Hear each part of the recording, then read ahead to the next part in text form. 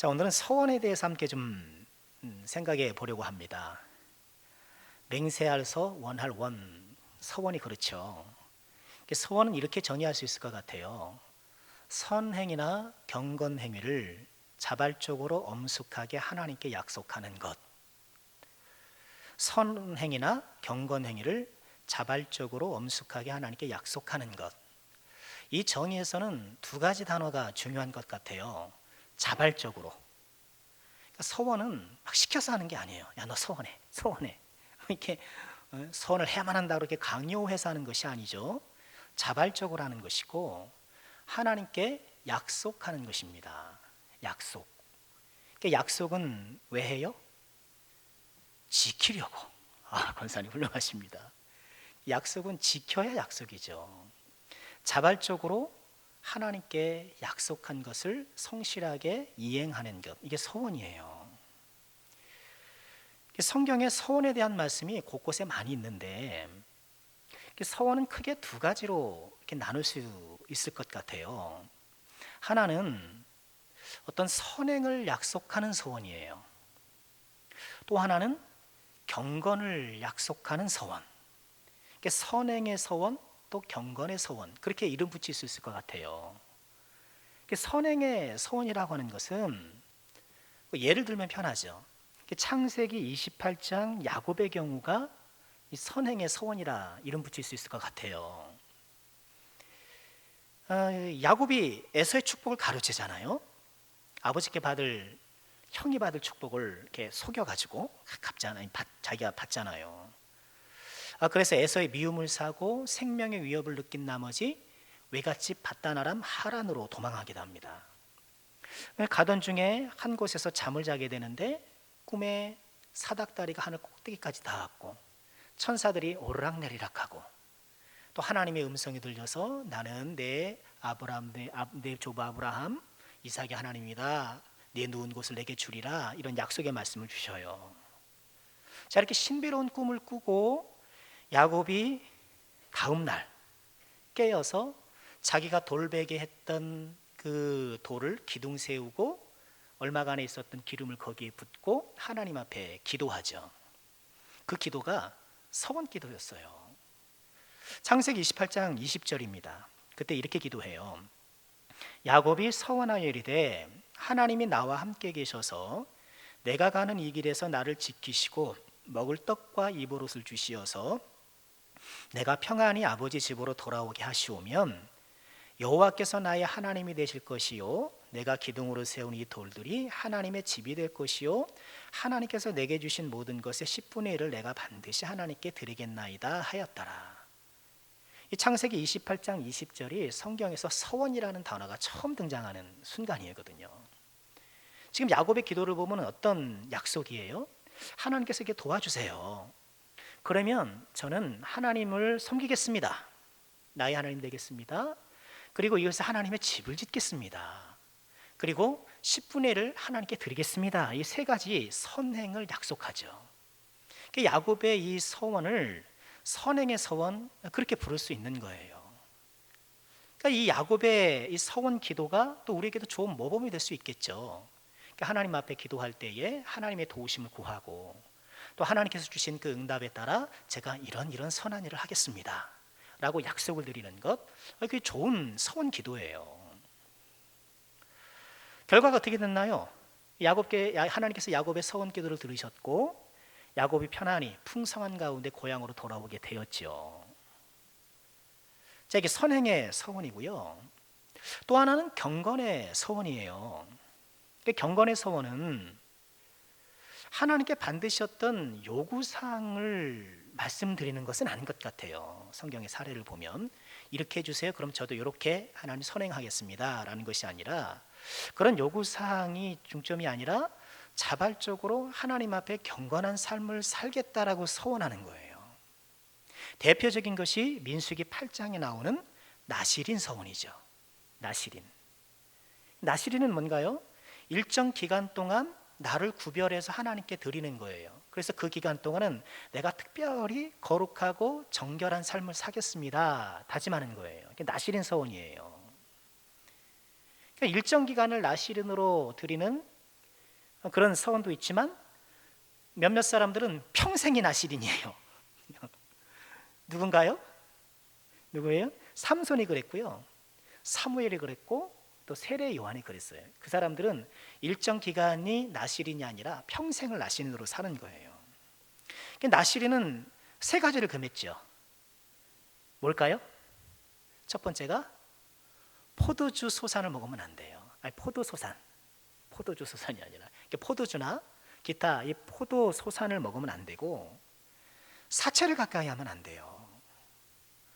그리고 뭘 깎으면 안 돼요? 머리. 삼손. 삼손은 이 세 가지를 다 어겨요. 술 먹고 돌아다니죠.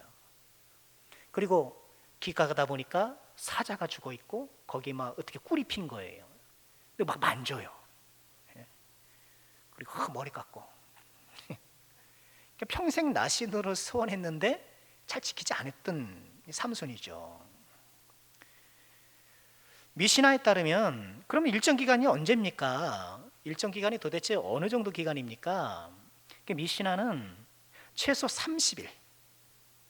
유대인들은 적어도 내가 나시린 서원을 하려면 30일은 해야 된다, 그렇게 생각을 했던 거예요. 그리고 서원 기간이 만료되면 그때까지 자란 머리를 깎아서 제물과 함께 하나님께 드리는 거예요.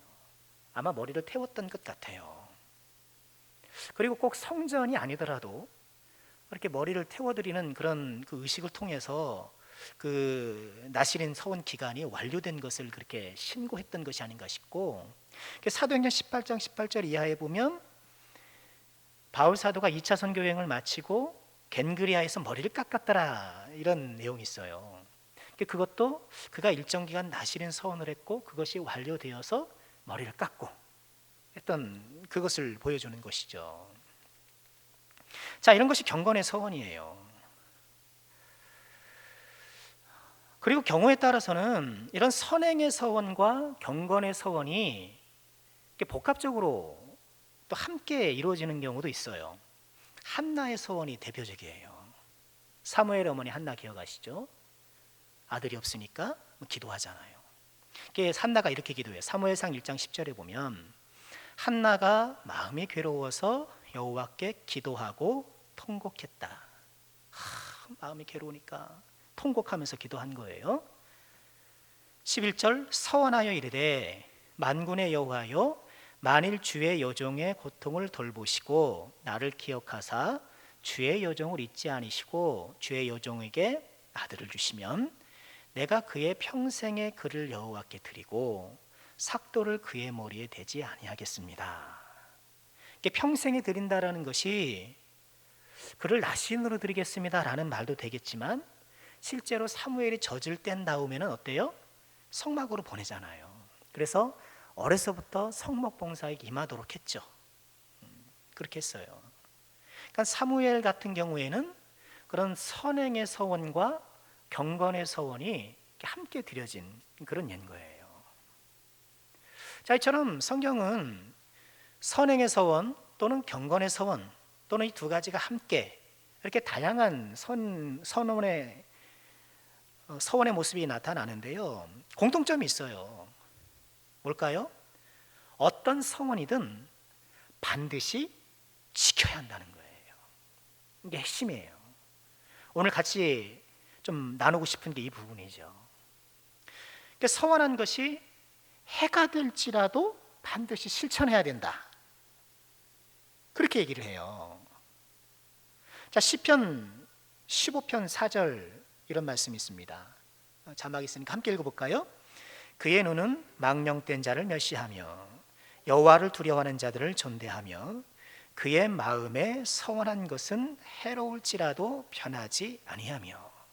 서원을 했는데, 서원을 했을 때는 그렇지 않는데 시간이 지나면 좀 상황이 바뀔 수가 있잖아요.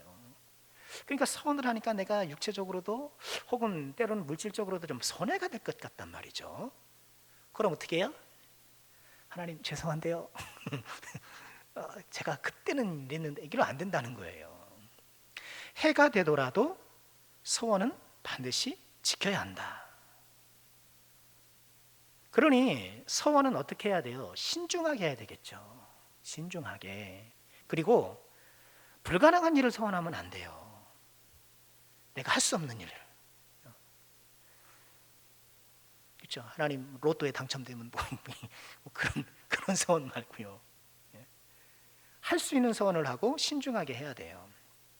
자, 전도서 5장 4절 이하의 말씀에도 서원에 대해서 말씀하시는데, 내가 하나님께 서원하였거든 갚기를 더디게 하지 말라.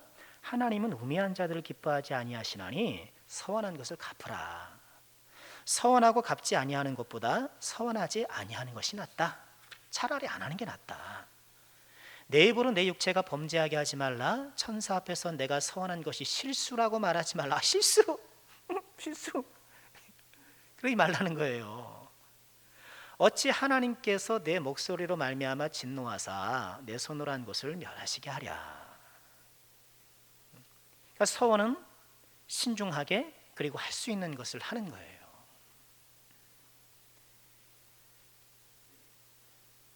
우리 사람 사이에 서로 약속할 때에 구도로 약속하는 경우가 있지만, 그러나 그 약속을 분명하게 하기 위해서 어떻게 합니까? 계약서를 쓰죠. 계약서를 써요. 그러면 계약서를 쓰면 구두로 했을 때와는 어때요? 그 무게감이 다르죠. 무게감이 달라요. 그리고 계약으로 서로 약속할 때에는 계약을 파기했을 때에 감당해야 될 불이익도 거기 기록되어 있죠. 일단 계약서는 함부로 써야 안 써요? 안 써요. 생각해보고 또 물어도 보고 그러면서 계약을 쓰는 거예요. 그러니 계약을, 서원을 경솔하게 해서는 안 돼요. 또 성경에 보면 좀 경솔한 서원을 했던 예도 나타나요. 사사입다의 경우에요. 이 암몬 자손과 싸우러 나가면서 이 사사입다가 그런 서원을 해요. 사사기 11장 30절인데요. 그가 입다가 여호와께 선언하여 이르되 주께서 과연 암몬 자손을 내 손에 넘겨주시면 내가 암몬 자손에게서 평안히 돌아올 때에 누구든지 내 집 문에서 나와서 나를 영접하는 그는 여호와께 돌릴 것이니 내가 그를 번제물로 드리겠나이다. 하필 서원을 이렇게 하는 거예요. 무시무시한 서원을 하는 거예요. 이렇게 전쟁에 나갔어요. 암몬 자손을 이겼어요. 얼마나 줍니까? 이렇게 기뻐서 왔는데 자기 문에서 누가 나와 영접해요? 무남동녀. 그냥 딸도 아니고 무남동녀란 말이에요. 턱쿵 했겠죠. 실제로 딸을 번제물로 드렸진 않았을 거예요. 본인이 그렇게 선을 했다 하더라도 하나님이 사람을 이렇게 막 태우는 거를, 사람을 인신 제사를 하나님께서 받으시려면 만무하잖아요. 그리고 입다의 딸이 그것 때문에 그 탄식하고 또 기도하는데, 그 탄식의 주요 내용을 보면 처녀로 죽게 됨을 한탄해요. 죽는 것에 방점이 있지 않고 처녀, 결혼하지 못한 것에 방점이 있어요. 이런 거로 봤을 때에 실제로 이 무남동녀를 제물로 바쳤다라기보다는 이제 그런 결혼이 금지되고 아마 이렇게 성막에서 섬기는 일에 일평생 헌신했지 않았겠는가, 그렇게 보고요. 그게 좀 더 타당해 보여요. 서원은 신중함을 요하는 거예요. 서원한 것은 반드시 지켜야 되기 때문에. 자, 이런 서원 규례, 서원에 관한 여러 말씀을 통해서 우리가 결론 내리는 것은 무엇인가? 그것은 이 서원은 우리의 유익을 위해서 마련된 제도라는 거예요. 오늘 설교 제목처럼 서원은 경건 생활의 비기가 될 수 있어요. 그러니까 서원을 우리가 잘 활용하면, 잘 사용하면 우리에게 큰 유익을 얻게 돼요. 하나님의 말씀의 궁극적 유익은 누가 얻게 되나요? 하나님이 얻으시나요? 그렇죠. 뭐 하나님은 다 영광을 취하시니까 그럴 수도 있겠으나, 하나님의 말씀이 목표로 하는 궁극적 유익 대상자는 누구예요? 저와 여러분이에요. 하나님의 말씀 우리 위해서 주신 거기 때문에. 서원도 마찬가지죠. 우리가 서원을 잘 활용하고 지혜롭게 사용하면 우리 경건 생활에 큰 유익을 얻게 되는 거예요. 그래서 서원 제도를 하나님께서 만들어 놓으신 거예요. 우리는 마음이 쉽게 변하잖아요. 안 변해요? 변하죠? 마음이 변해요. 아침에는 기분 좋았다가 저녁에는 확 출근할 때는 룰루랄라 갔는데 저녁에 들어가지고 짜증 확 내고 뭔 일이 있었는지 모르지만 하루에도 우리 애는 막 변한단 말이에요. 우리가 이처럼 변하고 그래서 우리 좀 가벼운 사람들이기 때문에 하나님은 서원이라는 보다 좀 무게감 있는 약속 방식을 제정하셔서 우리로 하여금 거룩한 부담감으로 하나님과 약속을 지키도록 하신 거예요. 아까 계약서처럼 우리가 한 해를 시작하면서 지금 뭐 한 달 내내 이제 경건훈련 작정하라고 막 그랬잖아요. 하셨는지 모르겠습니다. 네, 대부분 하신 분들이 오해 앉아 계시는데, 근데 이 작정을 내가 어떤 결단을 하고 작정을 하지 않은 신앙생활 하다 보면 어느 날 그래도 나에게 말씀의 은혜가 있어서 그래 좀 이렇게 해봐야지 마음의 결단이 있단 말이죠. 그런데 그것이 잘 안 지켜져요. 안 지켜지는 이유가 뭘까요? 뭔가 좀 상황이 안 따라줄 수가 있겠죠. 좀 상황이 좀 도와줘야죠. 좀 말씀 좀 읽으려고 그러는데 이놈 남편이 자꾸 그냥 옆에서 바가지 굽고 상황이 안 도와주고 그럴 수도 있겠죠. 그리고 뭔가 나의 의지력도 약할 수가 있고 이렇게 하나님과의 약속을 지키지 못하는 이유가 상황이든 나의 어떤 본성이든 이런 이유가 있을 수 있는데, 근데 가만 생각해 보면 약속이 가벼워서 있을 가능성이 또 높아요. 하나님과의 약속이 가볍기 때문에. 아까 말씀드린 것처럼 우리가 누군가 어떤 뭐 부동산을 매매한다고 했을 때 계약서를 쓰잖아요. 계약서를. 그럼 이 계약서에 대한 무게감은 상당해요. 그렇죠? 상당한 거예요. 그러나 우리가 하나님과의 어떤 약속을 할 때에 내 경건 생활을 위해서 결단을 할 때에 그만한 무게감을 갖고 하는가? 우리의 결심이 쉽게 무너지는 것은 환경도 또는 실천의 능력도 문제가 될 수 있겠지만 약속이 가벼워서 그럴 가능성도 있다는 거예요. 언제 한번 밥 먹자? 그죠? 언제 한번 밥 먹자? 우리가 흔히 하는 약속이며 가장 잘 안 지키는 약속, 그런 거예요. 가볍게 약속을 하면 잘 안 지켜지게 되는 거예요. 하나님과의 이 경건 생활, 이것도 마찬가지인 거죠. 하나님과의 약속을 내가 가볍게 하는 것은 아닌가. 가볍다라는 게 좀 뭐 그렇습니다만 좀 더 하나님과의 약속을 이런 서원이라는 방식을 통해서 좀 더 굳게 할 수는 없을까? 그런데 새벽 예배가 잘 안 되시고 말씀 읽기가 잘 안 되시고 기타 내가 경건의 어떤 그런 결심들이 잘 안 되시면 서원을 하세요. 서원을. 근데 서원은 잘 안 해. 왜? 부담이거든. 그죠? 그게 참 우리의 문제예요. 예? 약속이 안 지켜지는 것 때문에 속상하고, 그러니 약속을 좀 무겁게 하라면 또 부담스럽고, 그죠? 서원을 하기는 부담스러운 거예요. 그러니까 왜냐? 피할 구멍을 만들어놔야 되거든. 그죠? 새벽 예배 작정을 하고 못 지킬 경우를 대비해서 빠져나갈 구멍을 만들어놔야 될 거 아니에요. 서원을 했다가는 다 차단돼 버리니까, 서원했다가는 도망갈 곳이 없으니까. 어쩌면 서원을 주저하는 이유는 내가 그것이 정말 간절하지 않을 수 있기 때문일 수 있어요. 야곱 왜 서원했겠습니까? 간절한 거예요. 간절한 거예요. 지금 이게 뭐 밭다나란 것은 뭐 이게 뭐 하나라도 보장된 게 있습니까? 지금 뭐 짐보따리 좀 맸는지 기름 뭐 들고 가고 그러고 가는데 아무것도 그에게 지금 보장된 게 없고 확실한 게 없잖아요. 그러니 하나님 앞에 전부적으로 매달릴 수밖에 없는 거예요. 그게 간절한 거예요. 간절한 거예요. 한나 보세요. 간절한 거예요. 누가 애기 낳기 싫은가? 나도 애기 낳고 싶고 나도 아들 낳고 싶은데 하나님이 안 주시니 어떻게 해요? 그래, 간절한 거예요. 그러니 내가 하나님 앞에 좀 경건하게 살려고 하는 이런 경건의 거룩한 욕망들이 나에게 간절해야 서운하는 거죠.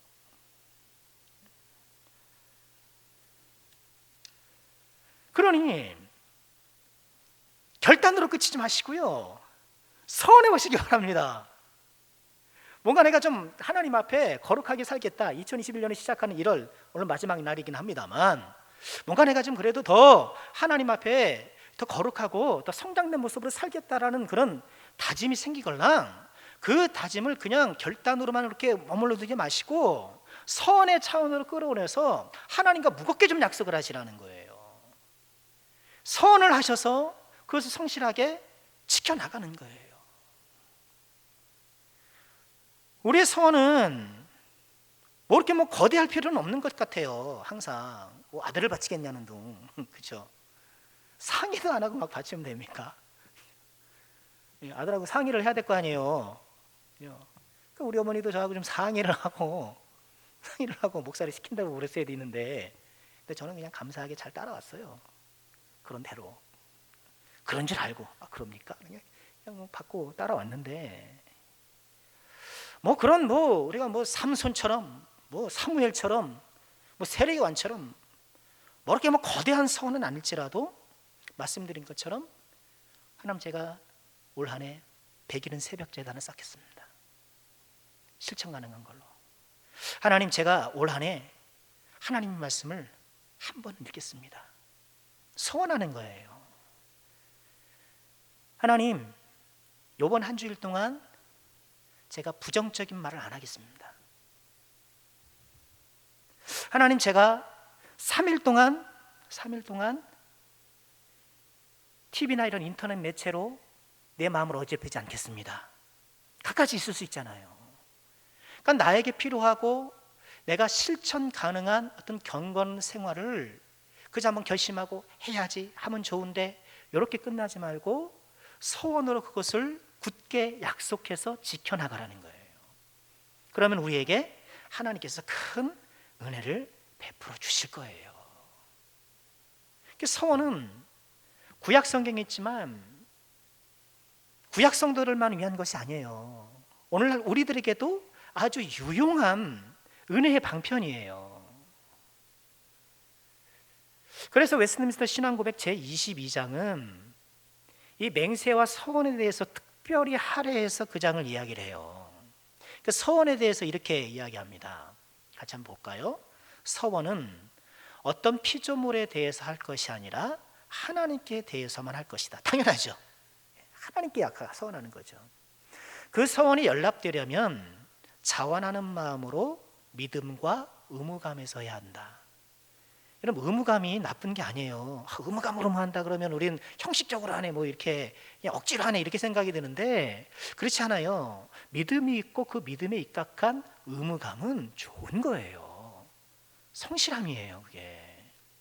또한 받은 바 은혜에 감사하며, 아니면 우리가 원하는 바를 얻는 것을 인하여 감사해야 한다. 내가 받은 것도 감사하지만 앞으로, 그렇죠? 야곱 같은 경우에 앞으로 주실 은혜를 또 생각하면서 감사하면서 한다는 것이죠. 그리고 필요한 의무나 그 밖의 것들이 그 소원을 갚는데 적절하게 임하지 않은 한 그 소원으로 말미암아 우리는 그 필요한 의무와 그 밖의 것들을 보다 엄격하게 지켜야 한다. 또 7절에는 이렇게 얘기를 해요. 아무도 하나님의 말씀으로 금해져 있는 것에 대하여 소원해서는 안 된다. 그렇죠. 아까 그 누구예요? 그 입다 같은 경우는 그렇죠. 사람 뭐 죽여서 사람 제물, 하나님 뭐 그걸 뭘 좋아하겠습니까? 하나님께 그렇지 않잖아요. 그러니까 하나님의 말씀으로 금해져 있는 것에 대해서 소원해서는 안 된다. 또 하나님의 말씀에 명령되어 있는 의무를 방해하는 것이나 또는 그 자신의 힘으로 할 수 없는 거죠. 본인이 할 수 없는데 서원하면 안 된다는 거예요. 그리고 그 서원을 이행하는 데 있어서 하나님께로부터 아무런 약속이나 능력을 얻지 못한 것에 대해서 서원을 해서도 안 된다. 이러한 점에 비추어 볼 때에 교황청의 수도원에서의 종신독신 생활과 궁핍 생활과 규칙적인 순종 생활에 대한 서원들은 완전하게 지킬 수가 없는 것들로서 미신적이고 제약된 올가림으로 기독교 신자는 거기에 빠져서는 안 된다. 이게 우리 그 개혁주의의 입장이에요. 그 시대 시대상이 반영되어 있죠. 지금 종교 개혁 시기잖아요. 종교 개혁의 이때 뭔가 그 천주교가 갖고 있는 건 독신서약 이런 것들을 막 강요하고 혹은 그런 것들을 막 칭찬하는 것을 바람직하지 않다라고 얘기를 하는 거예요. 자, 요는 그거죠. 하나님께 내가 성실하게 약속드리고 서원하고 그 서원을 충실하게 이행하면 그것이 나에게 큰 은혜와 복이 된다는 거예요. 서원은 우리로 하여금 더 책임감 있는 자세로 하나님께 나아가도록 하는 은혜로운 방편이에요. 이를 잘 활용하면 경건 생활에 큰 유익이 될 것입니다. 1월이 벌써 지났잖아요. 1월이 벌써 지났어요. 되게 빨라요, 그렇죠?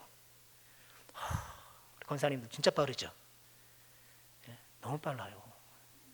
오 하니까 벌써 1월 끝났네요. 오 하면 또 2월 끝나고 금방금방 지날 텐데, 우리가 더 늦기 전에 다시 한번 내가 하나님 앞에 경건하게 살기 위해서 또 재정비해야 될 다짐은 무엇인가를 생각해 보시고요. 벌써 1월이지만 휴지 조각처럼 버려진 하나님과의 약속이 있는 건 아닌가. 하나님과의 약속을 좀 더 의미 있게 또 무게 있게 해보시기를 부탁드려요. 서원하시기 바랍니다. 그래서 서원을 적극 활용하시길 바라요. 서원하시기 바랍니다.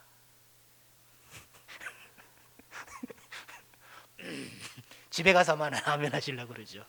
충청도가 가까우니까. 우린 충청남도 군산이라 집에 가서라도 아멘 하면 또 얼마나 좋아요. 그냥 안 하는 것보다 낫지. 서원을 잘 사용하시면 우리에게 유익이 돼요. 유익이 돼요. 올 한 해 모쪼록 하나님께 주신 은혜의 방편을 지혜롭게 잘 사용하셔서 영육간에 강건하고 또 하나님의 복과 은혜를 받는 복된 한 해 또 새로운 2월을 맞으시기를 주의 이름으로 축원드립니다.